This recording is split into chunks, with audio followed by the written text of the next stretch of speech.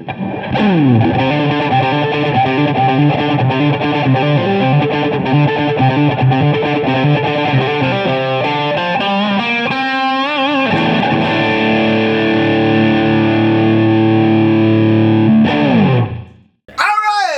is Billy D, and this is your weekly buzz. And to my left, we have the legend from New Mexico fighting the drug cartel, Dr. Alan Miner. And then on my right, doesn't really need an introduction anymore, Dr. Danny Bai. Bay. Sorry, I didn't mean to break that off. I don't need an introduction, but you get my name wrong. Bay? Yeah. That sounds kind of, I know. From the Everest Mafia, and I think I coined that for you guys. You did, man. I want to make sure I'm still in the Mafia, okay? You are certainly. I'm like an honorary member, You're right? the Godfather. All right, good. All right, so let's start in, because we only have, do we have a clock here? We got a clock going, we got the guitar in front of the clock, so that's not a good idea.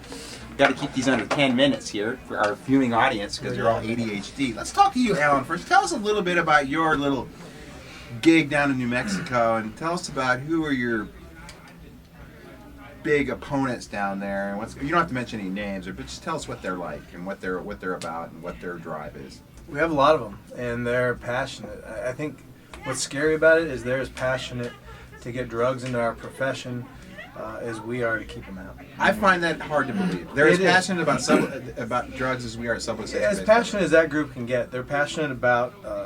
They think there's a financial gain. I think they're not open to admit that, but there's no shortage of drug providers right now. That's one of their arguments. Is they kind of paint themselves as a group that is progressive, that's evolving, that's we're the stifling old dinosaurs. Is how they've spun this. Are we old? Yeah. Dinosaurs? I don't think so. I don't think so either. I don't either. You ain't have a fighting gray hair in your head. I got a couple. That's their viewpoint. Is they think in order to progress, and so now they've spun it that they can serve society by helping to shore up a shortage in the primary care physician realm, which I don't know. I think that's what nurse practitioners and physician's assistants are for. So they really then, for a practice that focuses on subluxation, they've really worked hard to paint us as these quacks, as these very archaic, zealot, religious fanatics. What's so fascinating to me, and why we've been able to get so much leverage against that group, is because we take care of more people. I mean, we really do. We have so many more people that are raving fans of what we do. And so when these things come down, these legislative changes, it's pretty easy for us to gather the troops. When you're seeing 5 people a day, so you can be on Facebook a lot if you see 5 people. You could, and probably critique you quite a bit, yeah. Kind of bag on you. So what their approach is to go after the legislatures, the different politicians, and fortunately, it hasn't worked for them. Right, and there's a big group in Florida, and that's why I'm going to bring you up next. Is that they're pushing for the same thing? Obviously, the physicians. Don't be mistaken. There's big groups everywhere. Right here in California. And most of it's whining about not getting third-party pay, not getting paid. And we're going to do a song this year dedicated to all those people that whine about. We're doing "Refugee" by Tom Petty. You don't want to live like a refugee. And that's what you guys are frigging. God, you were the most amazing breath of fresh air in a profession. You just teach people how to get the dough, and there's nothing wrong with getting paid. Is there? No, because money drives our values. Right. Just like you said, if you're seeing 5 people, you have very little leverage. Yeah. You got $5 in your pocket. $5? $5 in New York. You ain't pulling a Cal Jam. No, you're not. Money drives your value, so right. Even exchange. If we did chiropractic just for altruism, do it and then get a part-time job to pay your bills. Right. So we do it for fair exchange. Frankly, I think this profession is undervalued, underappreciated. So we got to teach docs to step it up. We got to teach you guys to show people the value of what you have, on our side of this camp. Right. So that way we have the leverage, we have the people, we have the dough, we have everything going for us, which is the recipe for most huge movements. Right.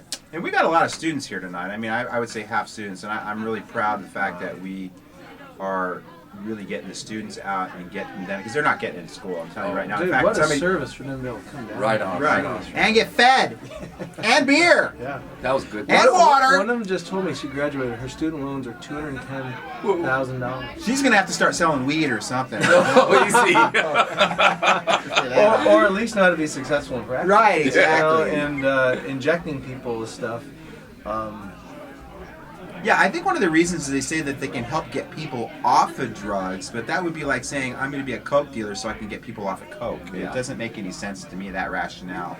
And I like to really push that back in the back, because I really don't think prescription drugs are any better than street drugs, because actually this is worse. The prescription drugs is people actually think they're getting healthy Right. by taking those. At least somebody that's doing true street dope, they know they're not doing stuff to be healthy. They know they got an issue or a problem. These people think that I've been really ranting about that lately, that the drugs is destroying this country.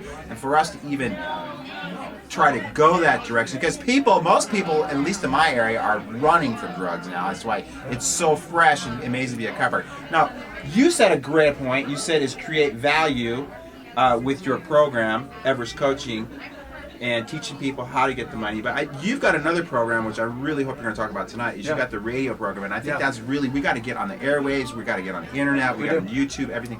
Go off on that a little bit. The program's called the wellnessradioexpert.com. Check it out. We do. That's our vision as a chiropractor in every community on the airwaves. It's how we built our practice. It's given us influence. It helps us create a culture for who we want to serve. You know, it's amazing when you just speak out about who you are and what you do in the office, how those people then come. People who value what you do. You know, when we started on the radio, we were kind of timid. I didn't want to scare people away. Well, I and asked I you that. realized the more bold we are talking about, we want people to adopt this as a lifestyle, to do chiropractic care for life, to invest in themselves. And lo and behold, those are the people that come to the office looking for what we have to offer. So radio gives us a tremendous platform. When you talk about the drug thing, we can immediately go on the airwaves, and we're on the largest radio station in the state of New Mexico. So they have, on a busy weekend when our show's going, 85,000 people in the state listening. So we're the one place we can give a message of why drugs don't make sense, of what true health is. And it's something that I really believe every community, if every community had a chiropractor on the air each week driving our viewpoint, I think it's one of the fastest ways we can create change. And you're right, Billy, society knows. They smell. They smell the rat. They Dead do. rat. They do. I mean, you won't tell me what's in rat. that vaccine I'm about to put in my child. And I can't really find out everything that's in there. Moms know innately that's not right. And I think we can press that point. And you're right. People are coming around. And so I have a mission to get every community a chiropractor on the radio. And I think it'll shift things faster than anything I've been able to come across. Right.